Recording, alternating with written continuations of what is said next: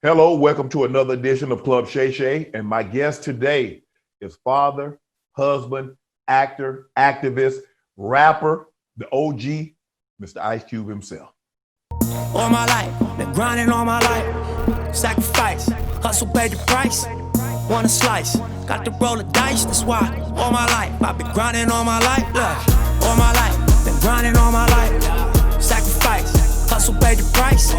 Want a slice, got to roll the dice, that's why. All my life, I've been grinding all my life. Cube, how you doing today? Yo, what's up, man? How you feeling, Shannon? I'm good, bro. I mean, are you getting ready for do a remake of Tom Hanks' The Black Castaway? What's going on? Hey, I had to let it grow, man. That's that wisdom coming through, man. You know what I'm saying? That's that wisdom coming That's what through, it is, brother. wisdom. There's wisdom coming through this chin right here.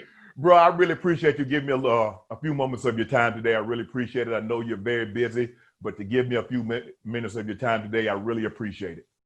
No, I appreciate you doing it, man. I love, what you do on TV. To me, you're one of the best personalities on TV talking sports and just human, just get down. You know what I mean? Just telling it like a TI is. And I love you on TV. So, man, I'm glad you got this show now. You can keep it going. Thank you. I really appreciate it. Well, let's start, Cube. We'll get back to where the origins, but let's start with basically the hot thing of what's going on today. And that was the murder of George Floyd and what the tensions and the uprising, the emotions that we're starting to see spill out in the Black communities. And a lot of people, I think, don't realize where you got your start from. You were in a group called NWA. And so I think people are a little surprised, shocked, because they think you had gotten away from that. Talk about your emotions and why you've been so active, the resurgence of the Ice Cube, the original OG. Well, with my music, I talk about, and I've always talked about, the things that's happening in our communities. Right. I call it street knowledge. Right. And I've always been kicking that from day one. But in my movies, I felt like when somebody spends, maybe $100 when it comes to them, their woman getting something to eat, parking, driving, they might want to have a good time. And it might not be about just the struggles of being Black in America. So my movies are usually funny. But I've always had a passion for our condition in this country and what needs to be done, and to do it from, my vantage point, which is art. But when this happened, I felt like it was time for me to step up as an OG. I felt like it's my generation's turn to take the mantle when it comes to not just civil rights, but human rights, just human dignity, economical, freedom. It's our turn to step up. So I wanted to step outside of music and movies and just speak as a man, as a father, now a grandfather. And I just, can't see this perpetuate and keep going on another, whatever years. Why do you think the George Floyd murder hit us so different? Because there was Eric Garner, there was Philando Castile, there was Alton Sterling, there was Walter Scott, there was Sandra Bland, there was Tamir Rice, there was Trayvon Martin. There have been so many. Why did this resonate so much, not only in the Black community, but seem to grip America? Well, we as a people never accepted slavery. Correct. We never went for that. I don't care what they tell you. That was never cool with us, and we wasn't never down with it. We tolerated it. We lived under it, but we didn't accept it. No, we had to survive. Right. And so when one of us would get out of hand, they would pull everybody around to watch the discipline take place. And we've seen that in movies countless of times. Correct. This was a replay of that. Seeing this man begging for his life, even to his mama. And so to have a man on top of him with his hand in his pocket, looking right at the camera, let us all know that our life means nothing. And that's unacceptable in 2020. It was unacceptable back then, but we couldn't do nothing about it. Now we can do something about it, and we're not going for it. And, you know, I always said the country has got to change or we will change it. And that's what's happening right now. We're in the process of changing it, and it's gonna happen. And so, you know, that's why now is the time. Why is it so hard for those outside of our communities to hear our cries, to see us as human, not less than? Why is it so hard for people to accept that there's something wrong in America and we want changes? Why is it so hard for them to see that? Well, I mean, it's not happening to them. You know, usually people are really concerned about their own situation, their own family. It's not easy for the average white American today. So he maybe feels, or she maybe feels like, hey, this is part of it. You know, this is part of the struggle of pull yourself up by your bootstraps. But if they realize we've never even had a pair of boots to pull ourselves up by, so to speak, as a community. And even when we tried to prosper, it was stomped out in you know, in different places across the country, like Tulsa, and you know, and Rosewood, other communities that we know about and hear about, and the ones that we haven't heard about. So, you know, our progress is sabotaged in a lot of ways. It's systematically fixed, where, you know, that's why they're so surprised when one of us get through and get ahead. Right. And don't count me and you. We go through the path that's of least resistance, which is entertainment and sports. Right. You know, we got to look at, you know, how many people, you know, are not Ice Cube and Shannon Sharpe, and how can they get through? So, you know, just to end that, I just think it's people just look at their own situations, and if it's not happening to them, it's hard for them to understand. But as you mentioned, Cube, is that when people look at you and I, and they think that all black people, well, Cube, you made it, Shannon Sharpe, you made it, Oprah, and you got LeBron, and you got Denzel. But we're the only race of people that if you can succeed, and they say, well, you did it, everybody else. But that's not how white America views it. White America doesn't look at it and say, well, Jeff Bezos has 183 billion, so everybody else is good. They say it's not. We need to get everybody up to get economic prosperity. You look at the Asian community, you look at the Jewish community, everybody is about pulling everybody else up. But in the black community, they say, well, if you feel you get out, you good. Yeah, that's just not true. And even we've had help.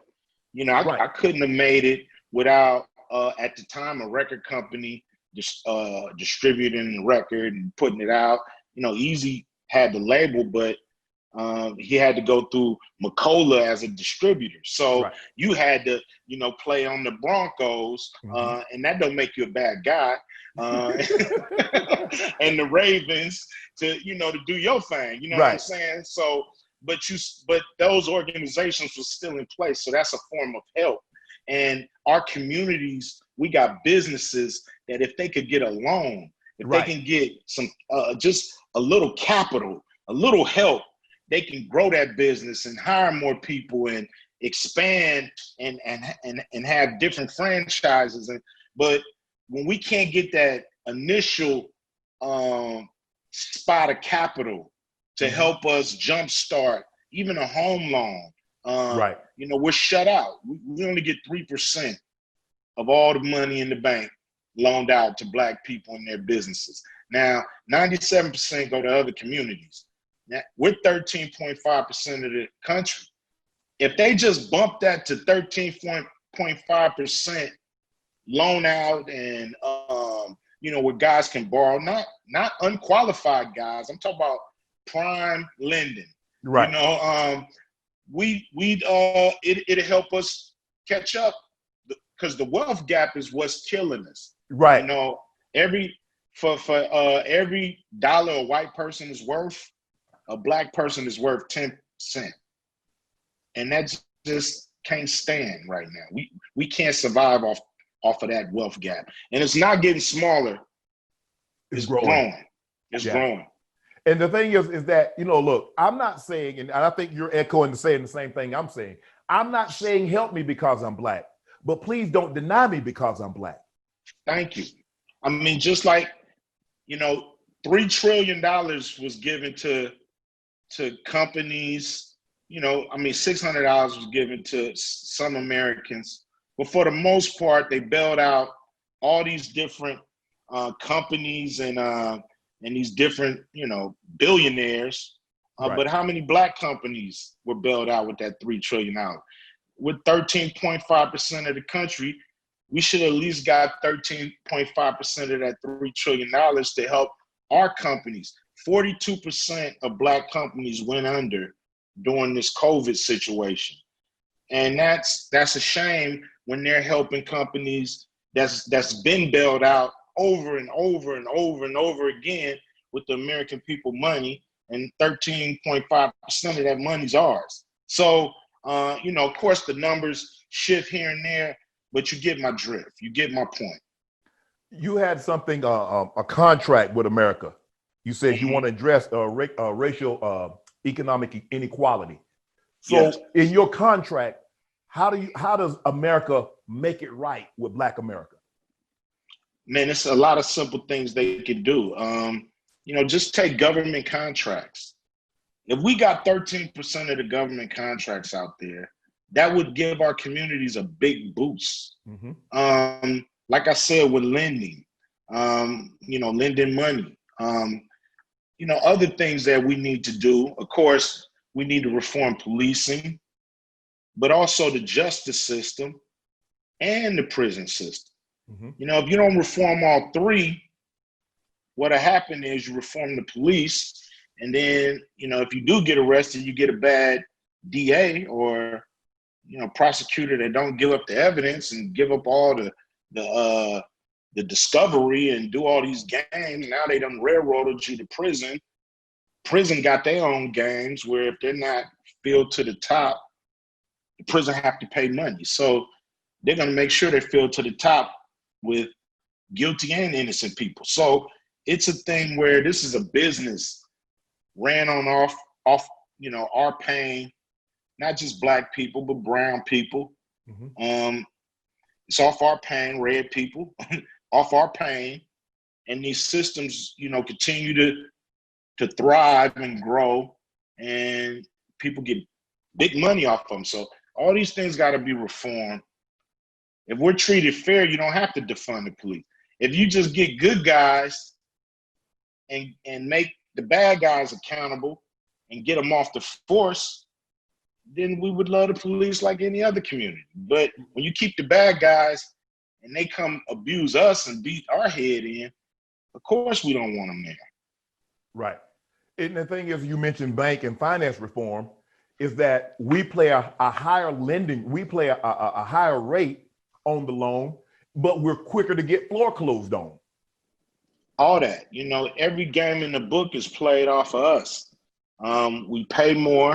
I mean, we pay more in taxes, property taxes, for the police, and then they the ones come beat our head in. So all these little games that's being played on our backs, that's relegated us to the bottom of this economic pyramid. We have to sniff them out and cut them out, and things would flow, and you won't see so much frustration. You know, people that can pay their bills and do their thing, and you know where their next meal coming from.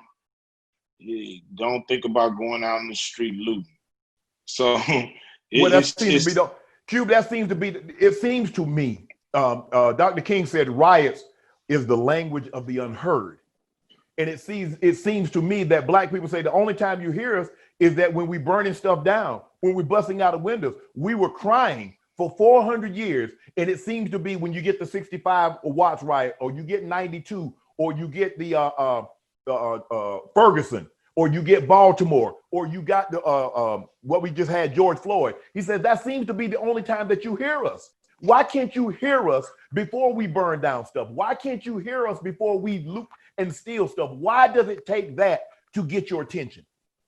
I mean, that's a good point. I mean, these things that's in the contract with Black America, they're not new concepts. It's not like we came up with something that, you know, people haven't talked about and studied. People a lot smarter than us have put their whole life around some of these issues. And so it's the political will. It's you know, people knowing what they need to do, but they don't want to rock their own boat. Right. So we have to force people to have the political will. And it's really, all these people are scared to not get reelected. So right. if we harness that energy in harnessing our vote and sniffing out people who don't want to help us, that's in high places, that's been there, and get them out of there and replace them with people that's better, we'll continue to run into this problem. We have to use our real power.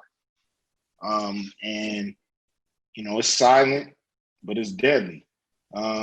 Because you get somebody out of there and they know you're going to get them out of there, you're not going to vote unless they support your platform or your agenda. Right. Then that's where the real power comes from. That's where real change in this country comes from.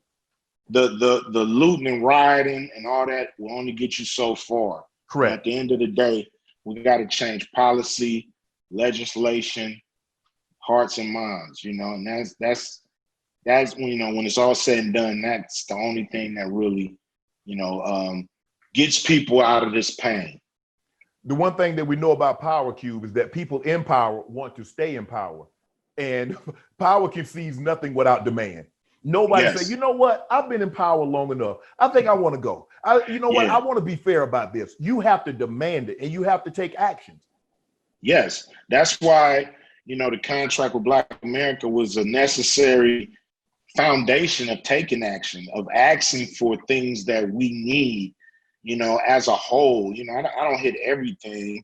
You know, there's a section that I believe that we need to do on Black women when it comes to the contract with Black America, that need to highlight the things that, you know, our women are going through, you know, when it comes to the workplace and in America, period. You know, it's room for improvement, and I want suggestions. You know, I'm not a legislator, so I really want the people whose job it is to do this to grab this thing and run with it. So to me, we have to, you know, first of all, spread the word, make sure everybody going to cwba.world. You know, we got a 4-page version of the contract. We got a 23-page longer version of the contract. Make yourself familiar with either version and push forward, because this is what we can do to make these candidates that's running in November do something, and not just hold them take our accountable. vote for granted and, you know, leave us.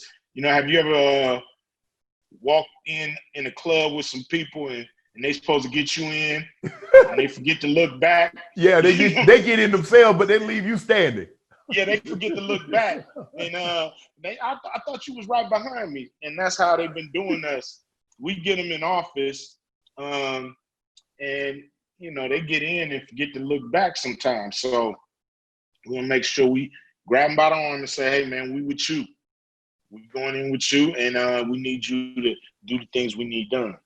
Q, why is that when we say we want this, why they're like the Black community says, okay, we want our voices heard, we want our voting rights, we want economic equality, we want racial and social justice.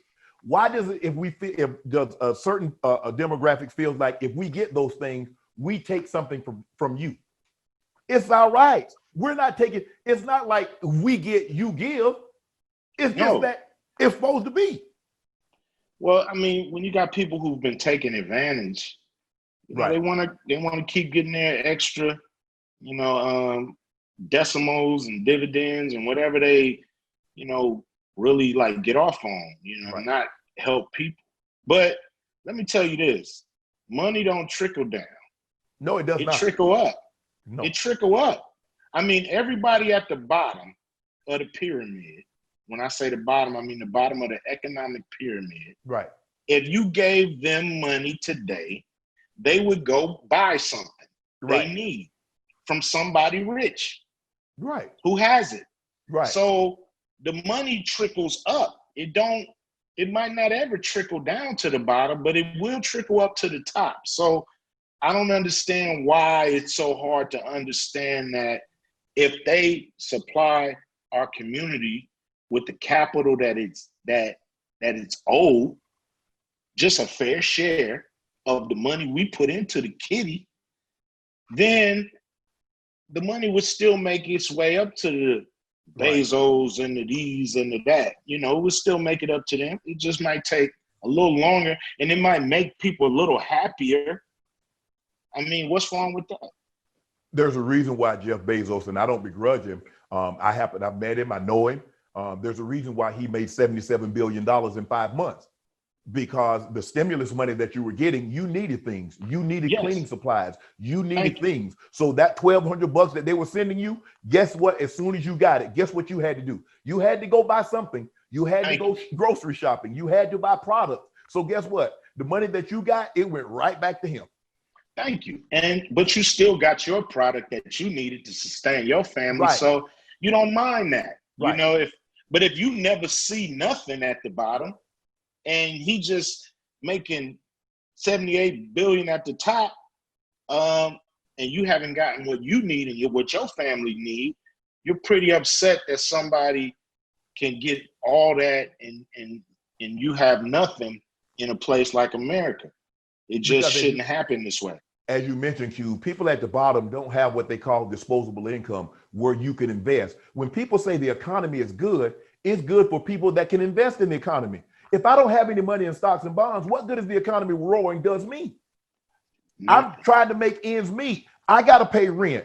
I got to put food on the table. If I got a car payment, if I got to catch the bus. So how does the economy benefit me if I can't reap the benefits from it?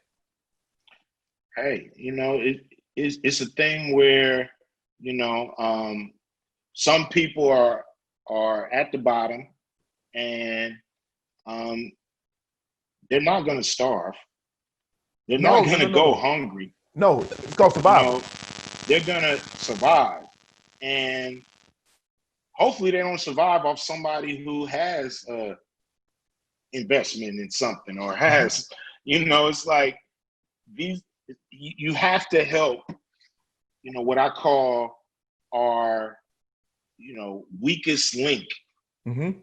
You know what I mean? The weakest link in our chain is our people in poverty, because they are hurting and frustrated and they can't get the basic things they need to thrive in this society. And there's plenty to go around, but the greed that's going on is keeping people from thriving in this society. And it causes riots, it causes frustrations, it causes looting, it causes things like that. And, you know, you can call the Black community all kind of names for the things that they have to do to survive. But, I mean, you would do the same thing if you were in our shoes. Same thing. Q, there have been a lot of the monuments have been coming down. Stonewall Jackson, Robert E. Lee, they've taken down the Confederate flag.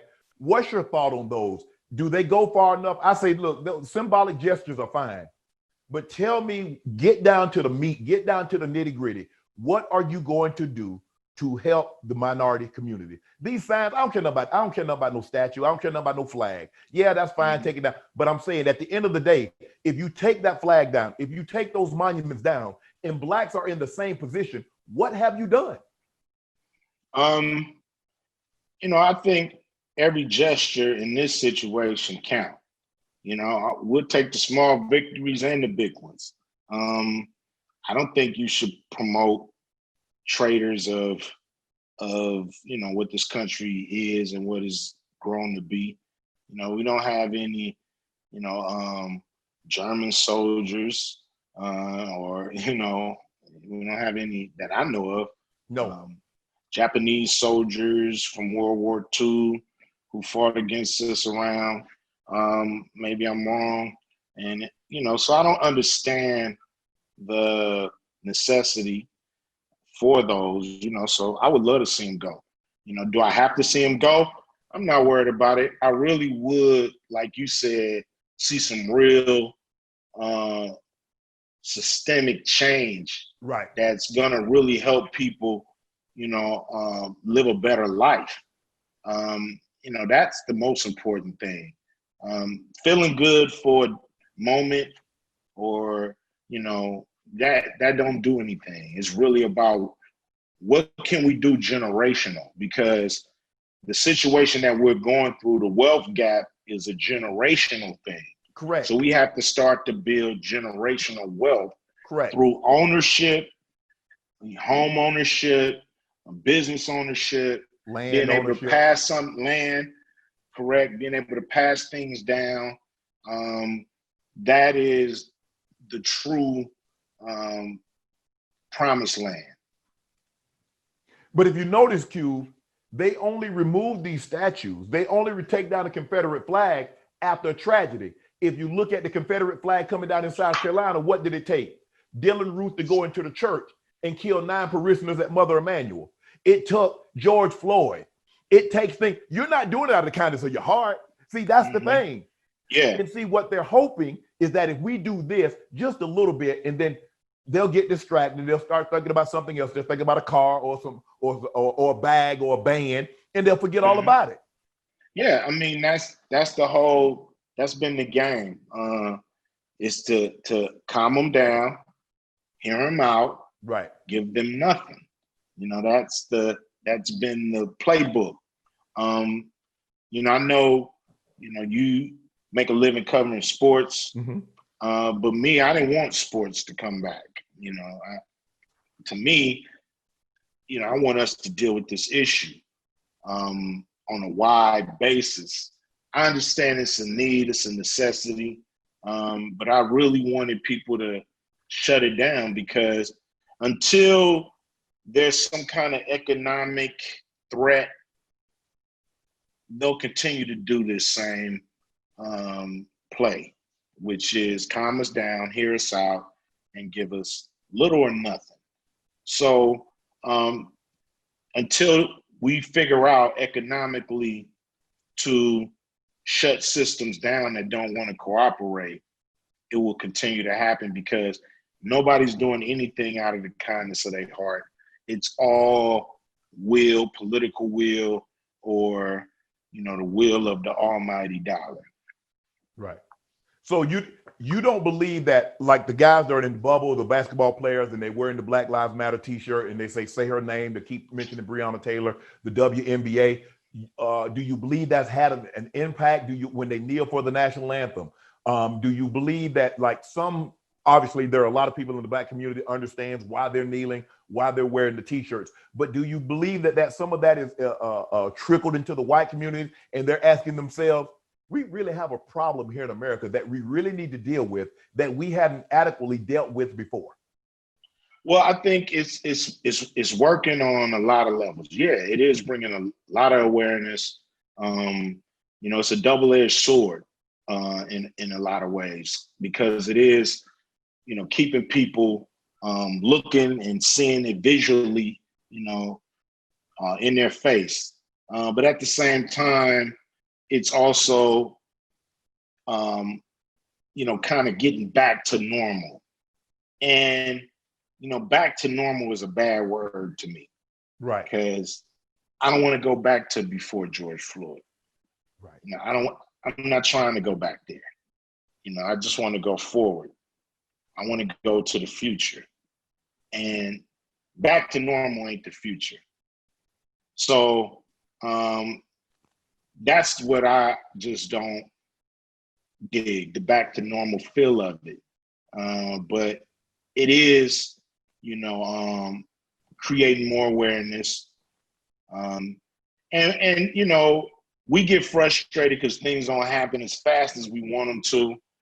But I'm feeling that a lot of people understand the need for change that didn't even want to hear us out before George Floyd. They do now understand that it's a need for change because this protest went all over the world and it's still going. It's still going and it's still growing in places where they thought it was settled down. So, they know any little thing can have people back in the streets and have us back at square one, so to speak. Cube, but they had 400 years to try to figure this out. But see, here's the thing. The problem, a lot of problems that I have is that they always, well, what do you want us to do? You never ask the victim, well, to tell the perpetrator, now, this is what could I have done to make sure you don't harm me? What could I have done to make sure you don't victimize me? But that's what they ask us. Shannon, what do you want us to do? Right? Mm-hmm. You put us in this situation. Go back to 1619 when you brought us here, robbed us of our humanity, robbed us of our dignity, robbed us of our name, robbed us of our religion, of our language, treated us less than, told us we were less than, gave us nothing. Let's go back. Let's start with that. Treat us. You say all men are created equal. You hanged on the Bible. You say, oh, the Bible say love thy neighbor as thyself. You do all this stuff, but then when it comes to a black man, you treat him less than, and you always treated him less than. But now you want me to tell you what you can do to make it right. Yeah, I mean, it's part of what I call the stall game. It's like keep stalling, keep figuring out a way to perpetuate the same thing. Keep the status quo, or whatever you give them, take it back systematically, in the years to come. Right. So there's always been a trick. There's always been, something where they could, really pull back on anything they give, because it's people who want to perpetuate this system, a system of white supremacy that, have them feeling superior, and people give you a lot of things, but it's hard for people to give you power, and that's what they have to give up, a little bit of power, because we're not power hungry people. We're not people who just want to run everything that we see. We're people who don't mind enjoying sometimes when other people run it, as long as we get what we need. Right. And so I don't know if that's a worry, but exploiting us is lucrative. And so a lot of people want to keep those systems in place because it's lucrative. Because here's the thing, Cube. Let's just say for the next 400 years, black people rose to power and did to white America what they did to black and other minorities, the Native American communities. They're like, oh, they couldn't stomach it.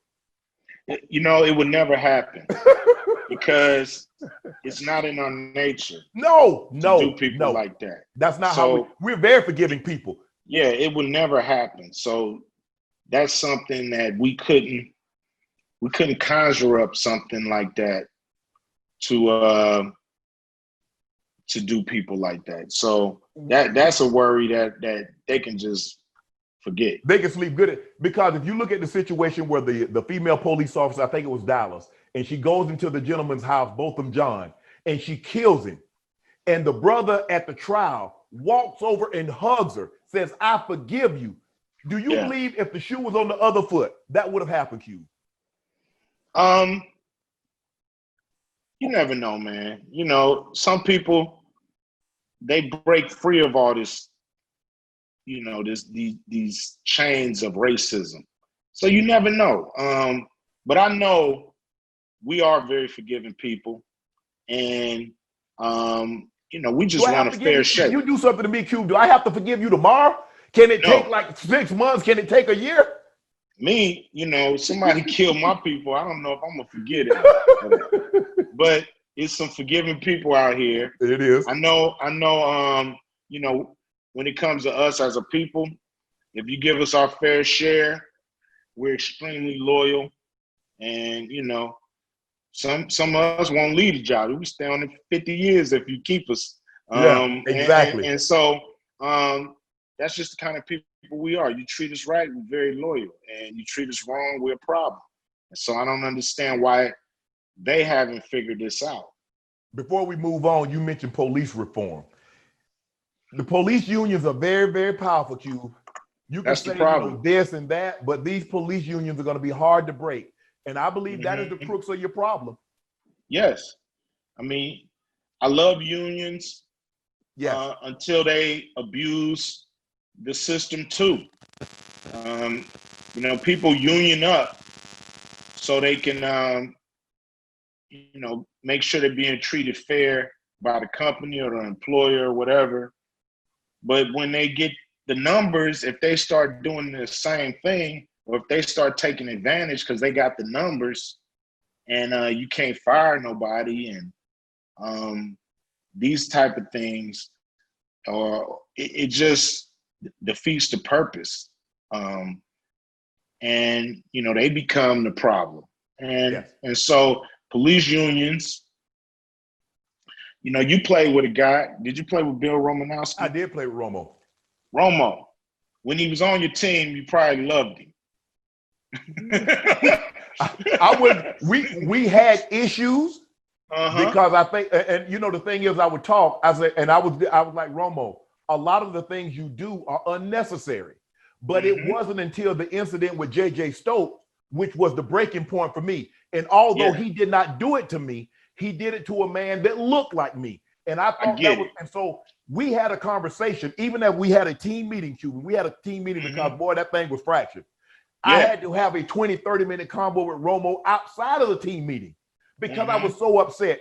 Maybe it just hit me differently. I think being from the South and having a man spit in your face, especially a white man, it does something different to you. It does something different. That crossed the line.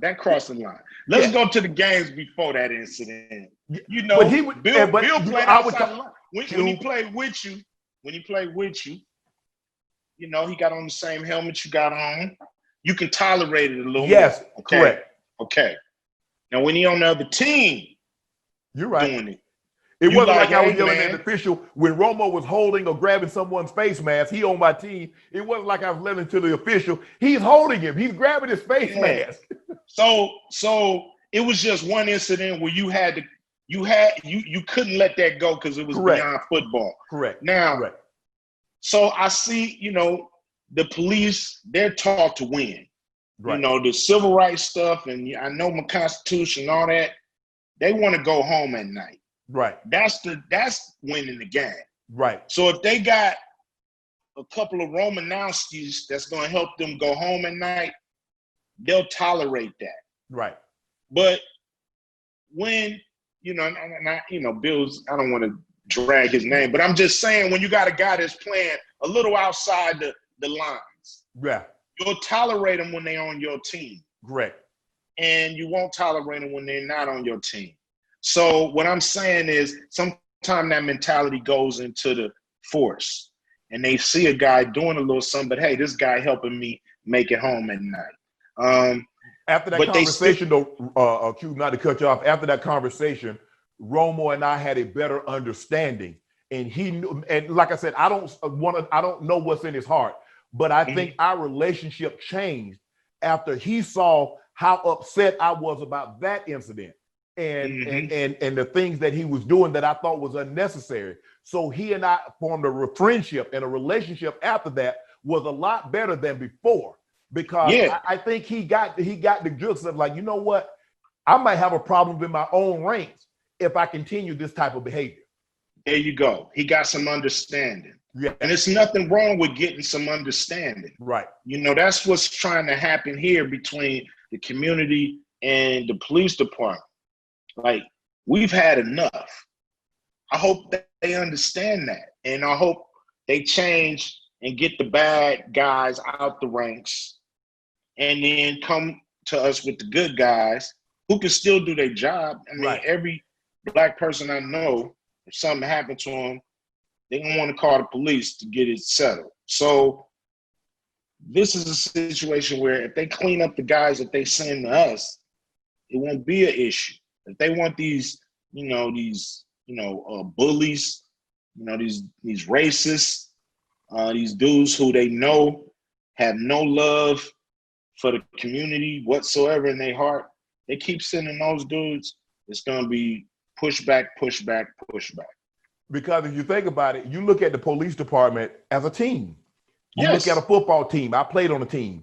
If you had a bad apple, what did the team try to do, Q? They try to get them up out of there because they don't want that to infiltrate the team. And then you have, especially if the guy's a leader. If the guy's a leader and he's a bad person, you really need to get him out of there because what? He can influence others. Well, if you got officers that's been there 10, 15 years and they're bad, what can they do? They become an influence on the younger guys. And then when the younger guys get 10, 15 years, what they've been taught, the behavior, now you keep a cycle going. That's what happens. And you made a good example why you got to get a player that won't play right off the team, because what is he going to do? At a critical moment, he's going to cost you 15 yards or more. You know what I mean? At a critical moment, he's going to cost the whole team. And that's what's happening. These bad apples are costing the whole team. You got good cops out there being called names and being harassed and not respected because of the bad guys. Right. Well, for me is that James Baldwin once says that, like, the police officer, he said he might be a nice guy, but I ain't got time to figure that out. All I know is he got a badge and a gun and he can take my freedom and he can take my life. Yeah. So my job is to try to get him on his way as quick as possible. But if you assume every black is a threat, why shouldn't I assume every cop is bad? Because you make that assumption, a threat. When we see you bring white guys in that kill people that have AR-15s, we see Holmes that shot up Denver, the movie theater, they take him alive. We see Dylan Root, they take him alive. We see these guys that kill up that shoot people in these Planned Parenthoods, they bring them in alive. A guy, they think, well, he made a suspicious move or he had a cell phone, and you kill him, huh? Yeah, it's the value on our lives. That's why we gotta walk around, with a slogan like Black Lives Matter. It's the devaluation of Black life from day one in America that we're still trying to fight. I'm trying to figure out how you nervous, how you on edge. You got a taser, a baton, a gun, a bulletproof vest, and a flashlight, but you view me as a threat in jeans and a t-shirt. Shouldn't I be the one that's on edge? Yeah, you should be the one on edge. But, when they got something called qualified immunity. You give a racist police the license to kill with no repercussions. Right. And they're going to take that one day.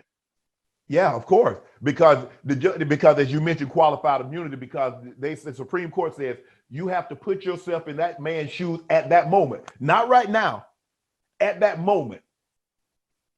Well, anything that they say anything that's viewed as a threat, real or imagined. Cube, just imagine I'm in the grocery store. Oh, yeah. You gave me a bad look, I fire up on you. Well, I felt threatened. You can't do that. But yes, for the police, you can. Yeah, and it's ridiculous, and it's getting a lot of people killed. Yes. Because officers are quick on the trigger because they know nothing is going to happen. And they kill people they don't have to.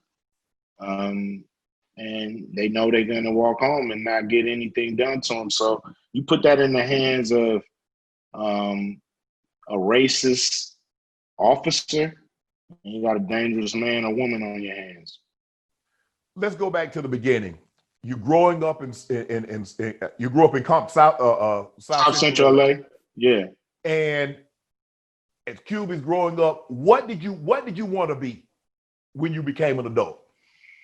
When you're young, it's of course football player. Play a little fullback, a little outside linebacker. So I wanted to play football. Right. And I really got to the music young. Right. About 13, 14.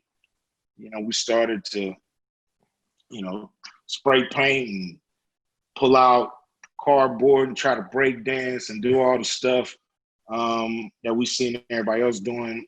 And so I started getting into music real early. Never thought I could make a living at it because all the professionals to me was on the East Coast. It was a New York driven game back then. And so, I just thought, I could just get a regular job if this don't pay off. I went to school for architectural drafting because I liked drafting when I was young in school. I ended up after high school, going to a trade school, and so that was cool. But music has started to take off, and that's really where my heart was, and I started to just run with it. So, how old were you when you joined the group, and how did the NWA come about? I was probably about 17 when I joined NWA. We were all in different groups. So everybody was out in a different group. Everybody else was doing their own thing. So how did you guys decide to come together? Well, a group that Dre was in called the Wrecking Crew. Dre and Yella was in that group. Right. And they were kind of like, they was making the most noise in LA. Okay. Out of all of us. The world-class Wrecking Crew? World-class Wrecking Crew. So Lonzo, who ran the Wrecking Crew, really wouldn't let Dre do the hardcore records that he really started to want to do. Right. So me and Dre started doing mixtapes, and I would do the hardcore raps on the mixtapes talking about the neighborhood. Well, Eazy, which is Dre's old friend, got one of the tapes, tracked Dre down, and was like, yo, I've been hustling on the street. I want to flip some of this money. So I want to have a label, and I want to call it Ruthless Records. Okay. And so he had these groups that he was trying to get on Ruthless Records, but he asked me to write a song for him. I wrote a song called Boys in the Hood, and the group didn't want to do it because they was from New York. So Dre convinced Eazy to do the song. So Eazy ended up doing Boys in the Hood, the song. Right. And he was like, we should do an all-star group. This is what Eazy said. We should do an all-star group. We'll take the best out of, I'll be Eazy. We take Dre and Yella out of the Wrecking Crew. We'll take Cube out of, I had a group called CIA. Take Cube out of that. And then we're going to, we just do the side group hardcore records, and then y'all can go back and do, slow jams and whatever y'all was doing. So we ended up doing that record, and man, it just started to pick up momentum, and it was just sounding better and better and better. So we all ended up quitting our groups and just stayed with with us forming this all-star group. And one day they came to pick me up, and Eazy was like, what we gonna call, he was saying, what we gonna call the group? And I said, what we gonna call it? He said, NWA. I'm like, what that mean? When he told me what it meant, I was like, oh, yeah. We're about to start some ish right now. So, from there, we just was tight, and we was just figuring out what did we need to do to start making noise in the hip hop scene. Did you know that when you joined this group, you guys were going to become what you became, and that you guys are really the originators of the gangster rap, the hardcore rap? Did you know that at the time? Not at all. At the time, you know, we thought those records were gonna be. They had a section in the record store where they would play all the dirty comedy records, like Richard Pryor. Right. You could get an Eddie Murphy record over there, Red Fox. It was this dirty rapper by the name of Blowfly, Dolomite. You can get all them kind of records. So we thought our record was going to be over there in that dirty section. So when they started to put it out front where all the regular hip hop was, and people just start buying it, we knew we had a style that was unique, that was different. But you know, there was other people who was dibbling and dabbling in what I would call gangster rap. You know, you had Ice-T out there. Right. Schoolie D. He had a song called PSK. And then you had, you know, Boogie Down Productions that did a record called Criminal Minded. That Eazy loved that record. So it was a few people who had dibbled and dabbled in that style. Right. I mean, that became Ice-T's signature style. I think Ice-T and NWA were the first two real jump offs, and then the Ghetto Boys came through. Right. You know, and it was other groups, but yeah, you know, that's kind of how it jumped off, and that's how it started. So when you're in a group, how do you determine who's going to be lead on a particular song? Or is it like, you know, like Teddy Pendergrass when he was with, you know, the Blue Note? Yeah. It was like Teddy was always out there. It was, you know, Harold Melvin featured Teddy Pendergrass, and then Teddy got bigger than Harold, and then he wanted to put him out. So how do you determine who's going to be lead on a song? I mean, you got a producer like Dr. Dre, who, you know, usually arranges who's going where, you know, what rhyme is going to go where. And so, you know, just kind of leaving it up to him. You know, he was a master at it on who was going to lead. Some records I would go first. Some records Eazy was on, he would go first. And it was just really on him. Sometimes it determined who wrote the rap. Right. You know, I wrote a few songs that I was solo on, and then we would just have Eazy on at the end. Like I did a song called Gangsta Gangsta, and Eazy just comes in at the end. So we was just being real experimental, but you know, Dre was the lead producer. He would kick you off that joint if you didn't come with the right lyrics. He'd be like, you ain't on this song. You off. You off. So Dre was really like Dre way back then? Yeah, without a doubt. You know, him and DJ Yella they was like mad scientists with it. And Dre, he was a perfectionist. So if you didn't come with dope lyrics, if you didn't come with a dope delivery, he would kick you off the record. He'd be like, you're not on this record. So basically you had to bring heat. You had to bring fire every time. You hear the record, right? Yeah. So the record is heat. And then, you know, so a few times he sent us back to the drawing board. You know, he was like, man, you know, I like the first half of that rhyme, but the second half you got to do a little, say something, you got to talk about something different. So, right. You know, he was a great producer, and he just got better and better with each album, you know, that he would do. He would just get better and better. You know, now he's, you know, the man. So anytime you have success and there's a group, eventually there's going to be some bickering, there's going to be some fighting, there's going to be some issues. Who's getting what? Who's doing what? Why did NWA break down, fall apart? I think it's really because, you know, Jerry Heller, who was the manager at the time, was really loyal to Eazy. You know, Eazy was his guy. You know, we were like, you know, just kind of the group, you know, and so I just think he underestimated what we really meant to the whole, you know, success of Ruthless Records. Right. So he just was, and Eazy, you know, was learning the business basically at the same time we were when it comes to me, him, and Ren. We're all learning it at the same time, even though he's older. Dre and Yella knew the business a little bit more, but nobody was experts, you know? Right, so right. People leaned on Jerry to, you know, make things right. And it just was a you know, one or two things that just didn't smell right. And, you know, when somebody starts to, you know, lie when there's no reason to, it just makes you suspicious. Okay. And then, you know, the more you look, the more you find. And you know, I confronted them, and they'd rather, you know, make me the enemy, and instead of rectifying the situation. And so I left. So And, when you confronted Jerry Heller, the yeah. rest of the group turned against you. Well, Jerry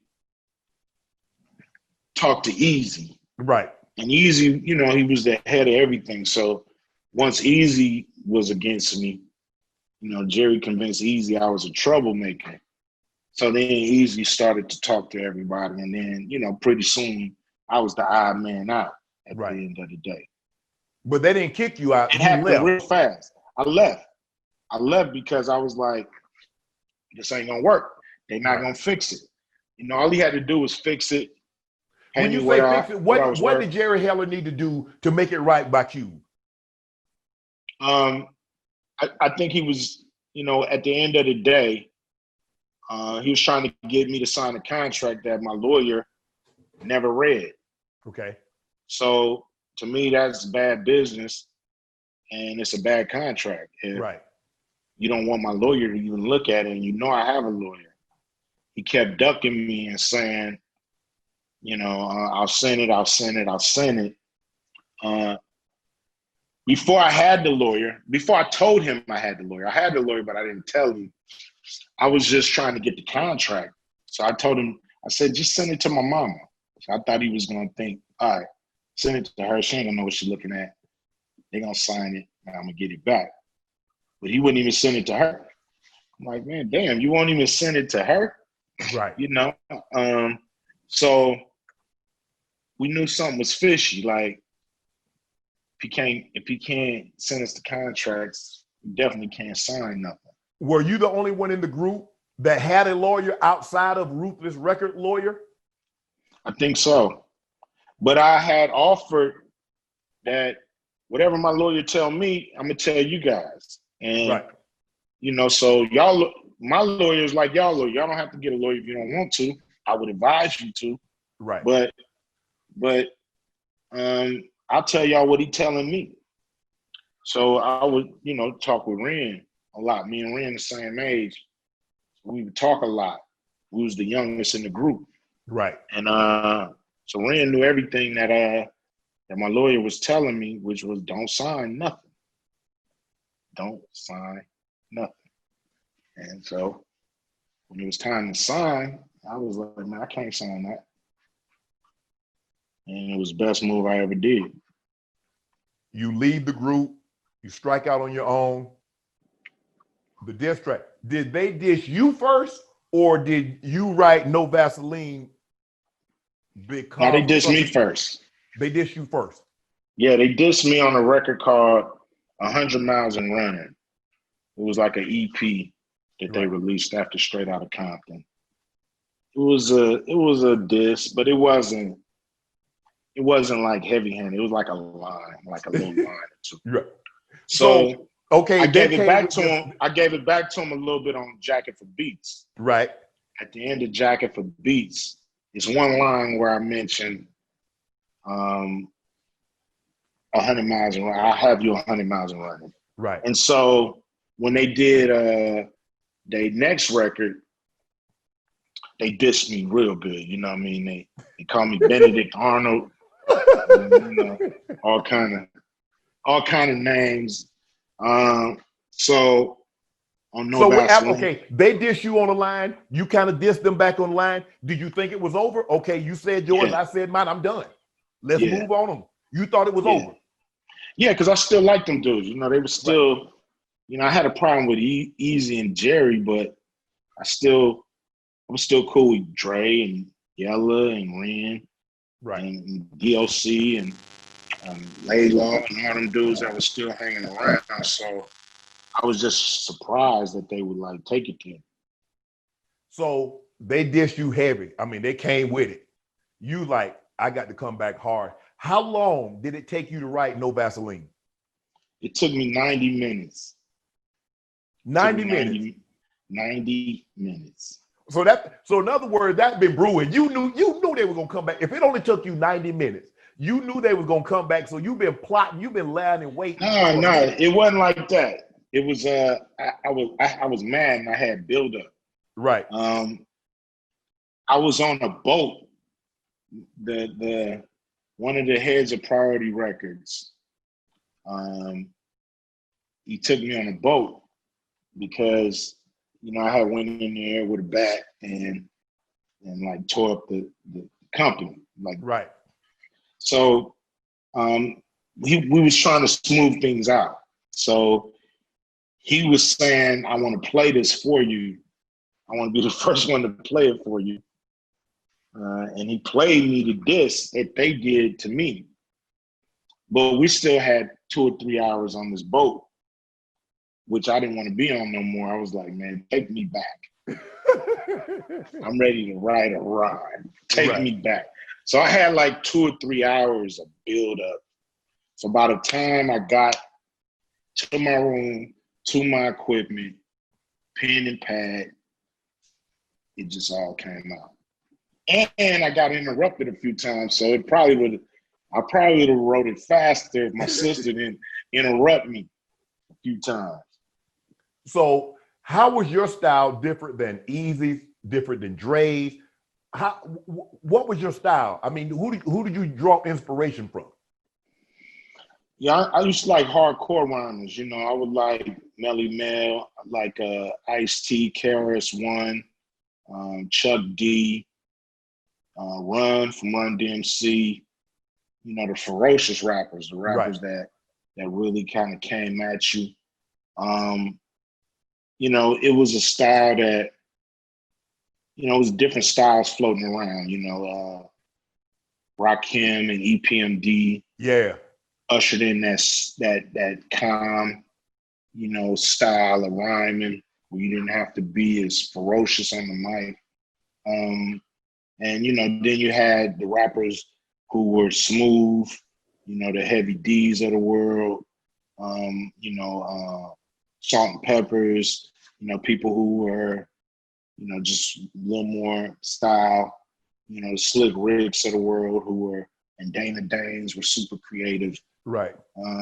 So, you know, so that would be my style, you know, that KRS-One, Chuck D, you know, ferocious in your face kind of hip hop.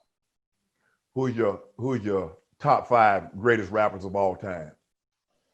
And I just named them all. You know, it's hard to put them in the greatest of all time, you know, but like my favorite MCs in the world are Melly Mel, because he ushered in, you know, a serious, you know, commentary about the neighborhood. Right. Ice-T, you know, a dude from LA who put LA on the map when it comes to being, you know, top-notch pro MC like there was all through New York. Chuck D, because of subject matter and delivery. KRS-One, you know, once again, style, delivery, flow, subject matter. You know, LL Cool J, just to me, the young phenom, you know, he was our LeBron.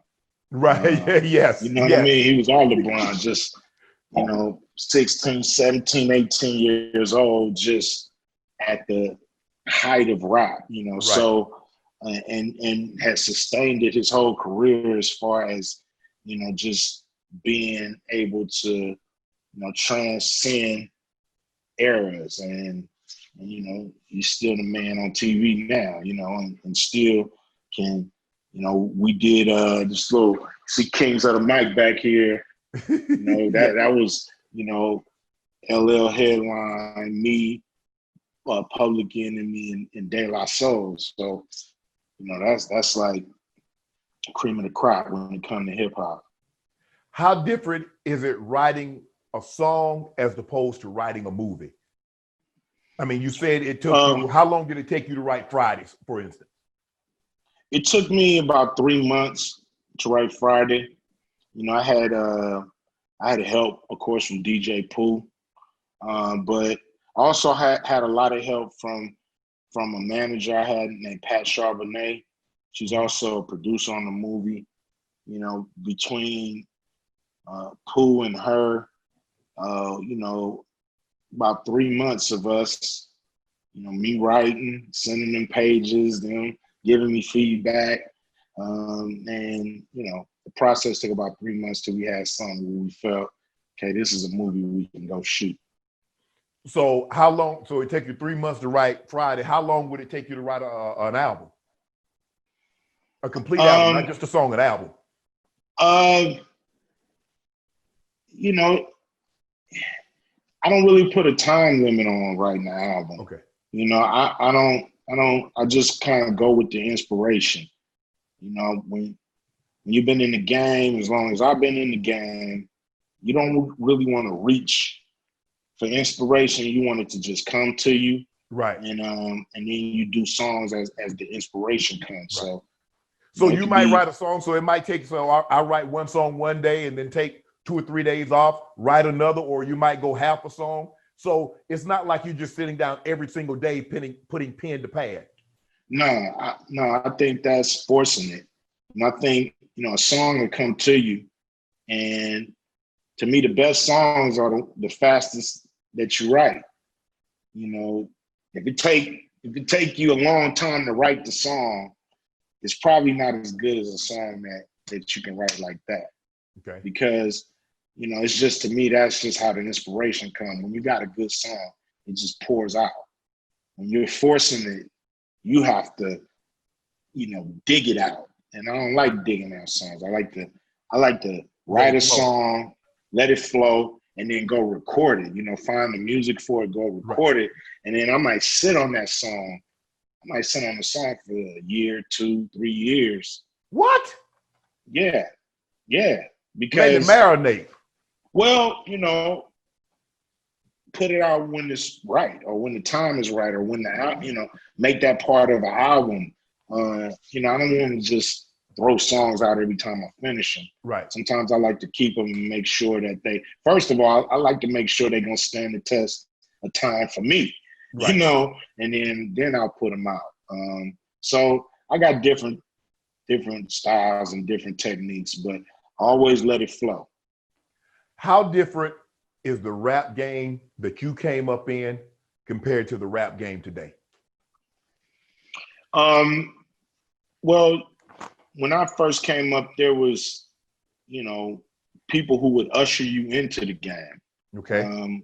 There was certain avenues that you felt like you had to go through to even be taken serious. Okay. So, you know, people wasn't walking around pressing records up, you know, just without really thinking long, hard, pressing you on the record, making sure the record is good enough to press, and just really running you through the ringer before you could do a record. Right. You know, as hip hop came and more independent labels came out, that became a little looser. Right. So that was the game back then. Now, you know, you can be in your room, you think of the track, and you can put it out all over the world that night. So there's really nothing holding an artist back from being creative. It might hold you back from chasing the money and finding the money, but being a creative person and putting something out in the world, nothing is holding you back. And when we were coming up, it would be obstacles that if you didn't cross, or those thresholds you didn't cross, you wasn't gonna be heard or seen, or you're just gonna have a demo. So it's just a new game now. You know, anybody can be creative and put out music. So do you need a record label? Do you need a deal, or can you do all of that on your own? everything is promotion, and you can do it on your own, but if you don't really have the money to promote it, it's going to be a big uphill battle, which is fine. Some artists got to do what they got to do. Right. Most artists want to be discovered by a label, and a little of the dirty work is done for you. Right. And you kind of come in on a different plateau. Right. And so you can try to go up from there. So, but to me, it's no magic formula, man. Soulja Boy became a star from creating the Superman in his room. Right. And so there's nothing that can hold you back if you're super creative and people just got to hear your stuff. If you got that talent, make yourself known. You've been in the game and you understand the game, but it seems to be now that the rappers and the artists today realize that owning your masters is where it's at. And It seems to me that they're trying to incorporate that. Whereas before, guys I just want to produce, I just want to sing, I want to do music, I want to get an album out, and they forgot about that. Is that where it's heading now? Well, I mean, if you really look back and think about it, most people come in the game and not even think about masters or think about, they just want to be on the radio. They want to be at the concert. They want to do a video, do those things. And once you're in the game a little while, you realize, why is everybody getting money except me? And then you realize if you don't own the masters or the publishing, the money's gonna go elsewhere. But I think artists have discovered that from the beginning of time. You have artists going all the way back fighting for their masters. Mm-hmm. You have artists, that come in the game owning their masters, like the Master P's of the world and Luke, Luke Skywalker, Luke Campbell, Luther Campbell owning his masters, Eazy-E, owned his masters. So, Death Row. And I believe James Brown owned a lot of his masters. Mm-hmm. So artists have fought for this from the beginning of time, but it's just, you either have the leverage to get it or you don't. If you, are doing something on your own and they come to you and need to get it from you like they had to do with Master P, who was doing his own thing, then you can walk in there owning your masters from day one. If you go sign with a label, they're gonna own the masters because they're putting up all the risk. So it depends on, independent is a hard way, but you start off owning, and that's the key. Ownership. So I think it's something artists can always fight for, to the end of music. So who do you like today? If you in your car, you riding around, who you listening to? Man, thank God I got the the iPad, so I can listen to oldies. I'm listening to everything. That's what's cool. I can listen to everything right now. And, I'm still, bumping that Isley Brothers greatest hits. So, I ain't really worried about the new artists right now. That's how I am. I listen to the grooves. I listen to the old stuff, man. I ain't got it in me anymore, Cube. I ain't gonna even lie. Don't worry about it, man. You know what you like, and as long as it's still around, then you're a happy man. Okay, you're doing the music. You're good in the music. When did you know you wanted to do acting? I didn't know. I was discovered by John Singleton. Okay. He really saw me, as Doughboy, and he saw me like, yo, I'm doing this movie and you perfect for it. And that's how he came at me. And for 2 years, I kind of didn't take him serious until he finally sent a script. And when I walked in and saw that he was actually shooting this movie, that's the first time I said, okay, damn, I guess I'm gonna be an actor. And so, thank God for John Singleton, rest in peace, that he, he pursued me, and he did that with a lot of dudes, Busta Rhymes. He put him in a movie, and he worked a lot with Tupac. So he was always going to the artists, and he put Janet Jackson in the movie. He always saw in artists movie stars, and thank God, even Tyrese. He put Tyrese in the movie, who came from music. So this dude just saw something in us as entertainers, and stepped up and made us movie stars.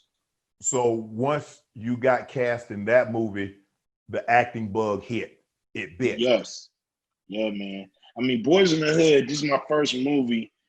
The movie went to the Cannes Film Festival in the south of France. Right. So, we young, and I got my wife with me. She my girlfriend at the time, but we're in the south of France, man. You living like you loving life right now. Man, I'm like, oh man, I'm a movie star. It's like paparazzi. And we did a screening. I was nervous at the screening because here we was showing a movie that I wasn't sure that America would get, Boys in the Hood. Right. Here it was about to be shown with subtitles in French. Right. So I'm like, uh-oh, these people ain't gonna understand what this movie is really trying to say. Eddie Murphy was there. Quincy Jones was there. And they showed the movie, and we get a standing ovation, man.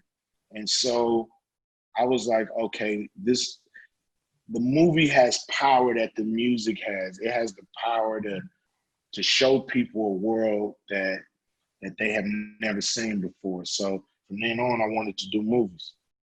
So, but one is through words, the other is through picture. Yeah, but there's, I do music, but when it comes to movies, there's no bigger canvas an artist can paint on than a movie screen. When you say it took you 3 months to write Friday, did you know Friday was gonna be Friday? I was hoping it would. When you grow up in the hood, you got your classics. You got your, your Uptown Saturday Nights. Yes. You got your Cooley Highs. Yep. You know what I mean? You got Car Wash. Movies, Car Wash. These movies, Claudine. That's just staples. Yes. In your household. Right.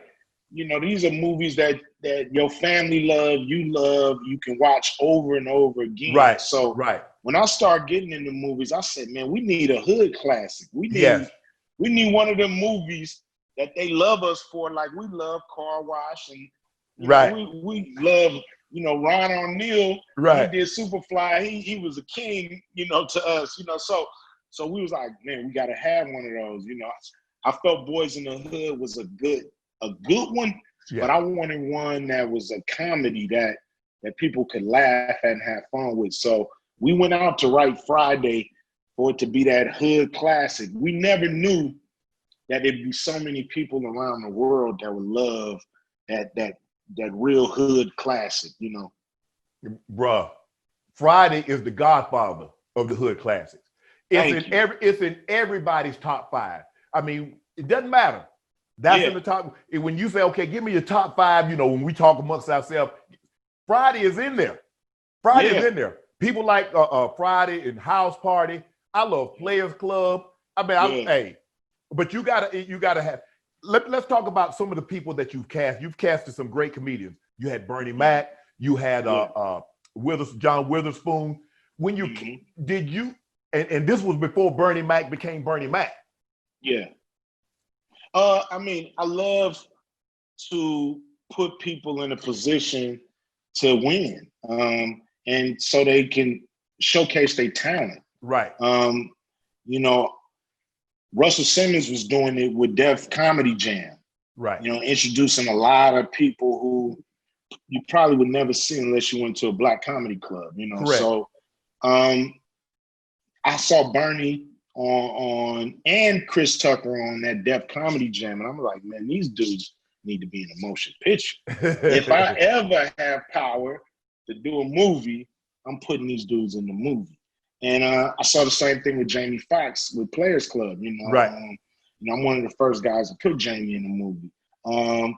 So, you know, I just would see these, you know, hilarious people that I thought like, yo, I'm not a comedian, so I'm gonna surround myself by these top comedians and let them go off. Right. And let them do their thing. See, that's the key. Like if I was a comedian, I would feel intimidated by how many laughs this one is getting and that one is getting. So I would suppress that, make sure I was getting all the laughs. Right. But by me not worrying about that, I let these guys shine, you know, from Cat Williams, Mike Epps, Yeah. you know, and just let them go and blow and do their thing. And, you know, they've gone on to have great careers, man, and I'm real proud of it. But the thing about a comedian is that they really at their best when they ad-lib, with the improvisational. So how much do you let them go as opposed to what you've actually written? I always, you know, think you got to start with a great script. You know, if the script is not making you laugh out loud, you should keep writing. Okay. Because a comedian, a great comedian, and not only take that line you wrote, but he'll piggyback off that and continue to ride with the ad lib. So if you give them a great jump off point, then they'll start running with the ad libs, and then they'll come back to the script. Right. And so that's the key to my movies. And so I would say about 70% of it is written, but 30% is, you know, letting guys do what they do. Because when I look at Bernie Mac and playing Dollar Bill in the Players Club, yeah, and Jamie Foxx playing Blue, it's unbelievable. Hey, you know, that's one of the most underrated performances of Bernie Mac in the Players Club. He went off. He did. He went off. You know, and so I wrote the movie with him in mind. You know, I didn't have nobody else in my head but Bernie. Right. Yeah. And I'm glad he took it and he ran with it. And you know, I'm just proud to be a part of their career and proud to show people, you know, what they got. You mentioned you put a lot of guys from Jamie Foxx to Bernie Mac to Cat Williams to John Witherspoon, Michael Clark Duncan, Megan Good, TJ Johnson. I mean, there's so many. I mean, I'm thinking back, that might have been their first taste in the movie business, is when you put them on. Yeah, I mean, we was learning together. You know, it's their talent really that put them on. You know, I'm just thank God I was in a position to showcase it. And right. you know, I look at them and I see them doing their thing, you know, and I'm extremely proud that they were able to take that and run with it. The only thing I hate, Cube, is that Chris Tucker got so big he didn't come back for number 2. But that dude, the one, I don't know if somebody's gonna ever come out with a hood classic better than Friday. I don't know if they can. I don't know how they do it. I really don't. Hey, you know, like I said, we did that movie in 20 days, and it was magic every day. Like every day, we felt like, damn, this is special. You know, it's like, because everybody is funny in the movie, from Smokey to you to Dad to Big Worm to Smokey's mom. Everybody is funny. Yeah, everybody got a chance to do their thing. Yes. And it was beautiful to do and to see it. You know, this is the first movie that I ever wrote and produced. So it was new to us. And so we were really just having fun. And you know, lucky we had somebody as good as Gary Gray to capture it and shoot it and direct it. And you know, we was just like, man, this is a movie we want people to watch every Friday if they want to, you know, kick back. And this is just going to be one of those movies that you got to keep in your rotation. If it comes on TV, I'm watching it. If it comes on, I don't care. I can't be flipping the channels and all of a sudden that movie's on, because I'm going to stay there. I mean, it's a special movie in a lot of ways. You know, it's a movie that most people don't detect, but it's it's the day the bully gets beat up. Right. And everybody remembers and loves that day when the bully finally get it what he deserves. So that movie has a lot of specialness to it, just on other tips that people don't even really detect most of the time. Oh yeah, and Regina King was in the movie. Nia Long was in the movie. Yeah.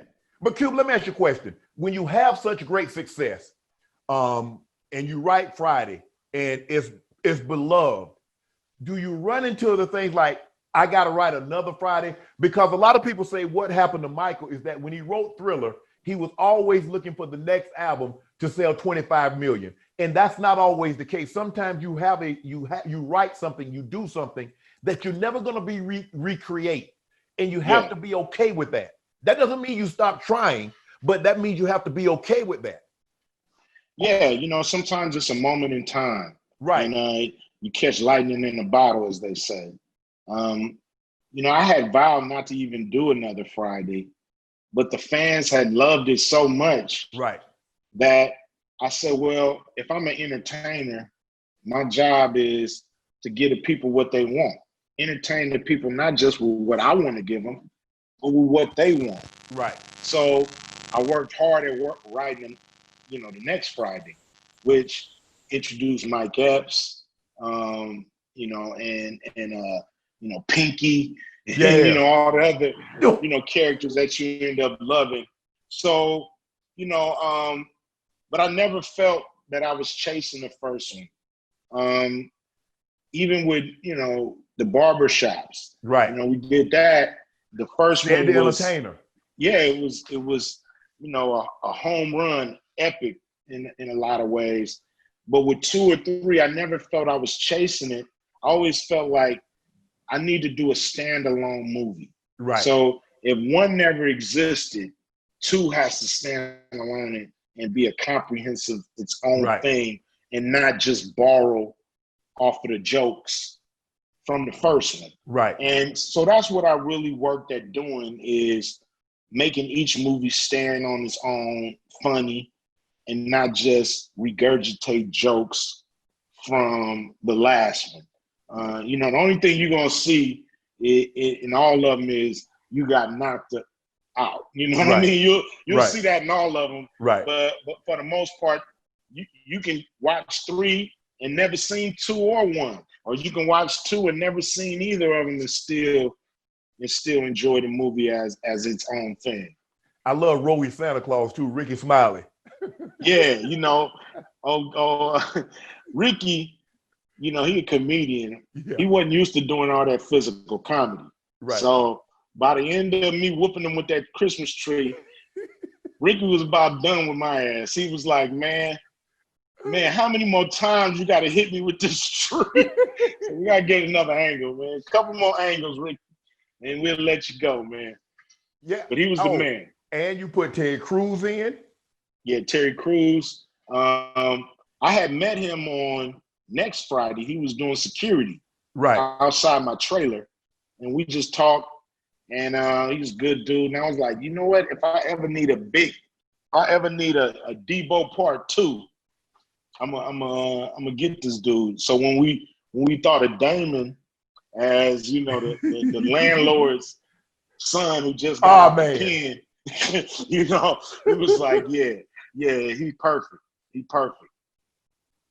So what's next? I know the pandemic is going, and so there's not a whole lot of production going on. So what's next for Cube? Is it a record? Is it a movie? What do you have on the horizon? Got a couple things, up under my sleeve. Working on something I can't really talk about right now, but it's real cool. And it's on the music tip. But as far as movies, we was in the middle of a movie called Flint Strong. Mm-hmm. About the Clarissa Shields, who's boxing champion, 2-time Olympic female boxing champ. Was her story, and I was playing Jason Clutchfield, who's her trainer. Okay. And so we was in the middle of that, or just starting. So hopefully we'll be able to jump back on that soon, finish that movie up, I'm talking to DJ Caruso about doing another movie called The Killer's Game, but we'll see how that come about. So, you know, that is like what I'm doing on the professional tip, but personally, it's really all about, you know, fighting with this contract with Black America and trying to get some freedom and equality for our people here. And you know, I'm just fighting that with all my heart. A few more things before I let you go, Cube. Your son follows your footsteps. I think a part of us all want our sons to do what we did. If you're a lawyer, you want your son to be a lawyer. If you're a doctor, you want to be a doctor. If you're a professional athlete, you would like to see him follow in your footsteps. Did you ever think your son would follow in your footsteps? I never thought that. You know, I've never pushed my kids to be a part of entertainment. You know, I think that's something that it's a dream that you have your own, you know, on your own, and then you do what it takes to get it.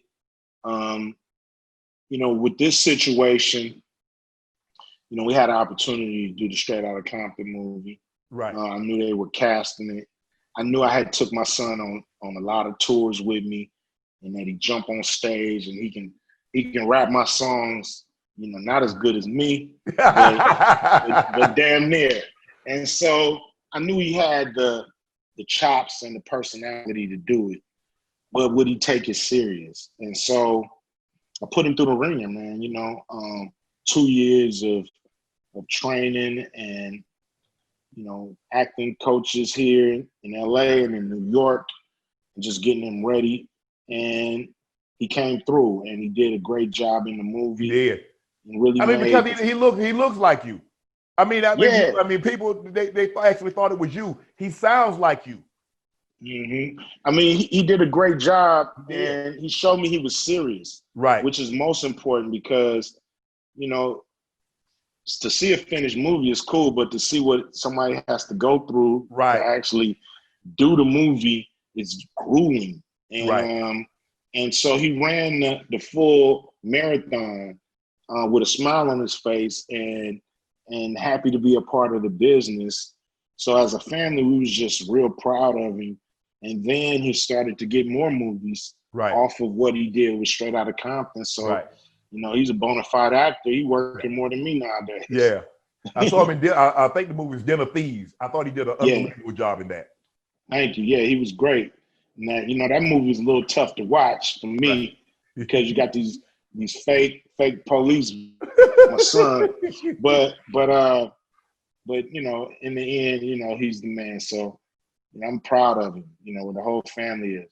You say that, Cube, is that people look at the finished product, they see the movie, and that's what I tell them. All you do is see the people that went an athlete winning the game, but you don't understand the off season. You don't understand the practices. You don't understand the meetings. What led to the winning of the game? Man, most athletes play the game for free. You're paying them for all that other stuff you got them doing, practicing and you know, dealing with all the BS. That's what he's taking the money for. But you know, most of the time, you know, we enjoy to do the finished product. You know, we enjoy showtime, game time. You know, that's when we know it's time to get the people what they pay for. And when you got that mentality, you always do your best and give 110%. And so that's the most important thing is we don't take the work for granted. That's why the finished product comes out the way it does.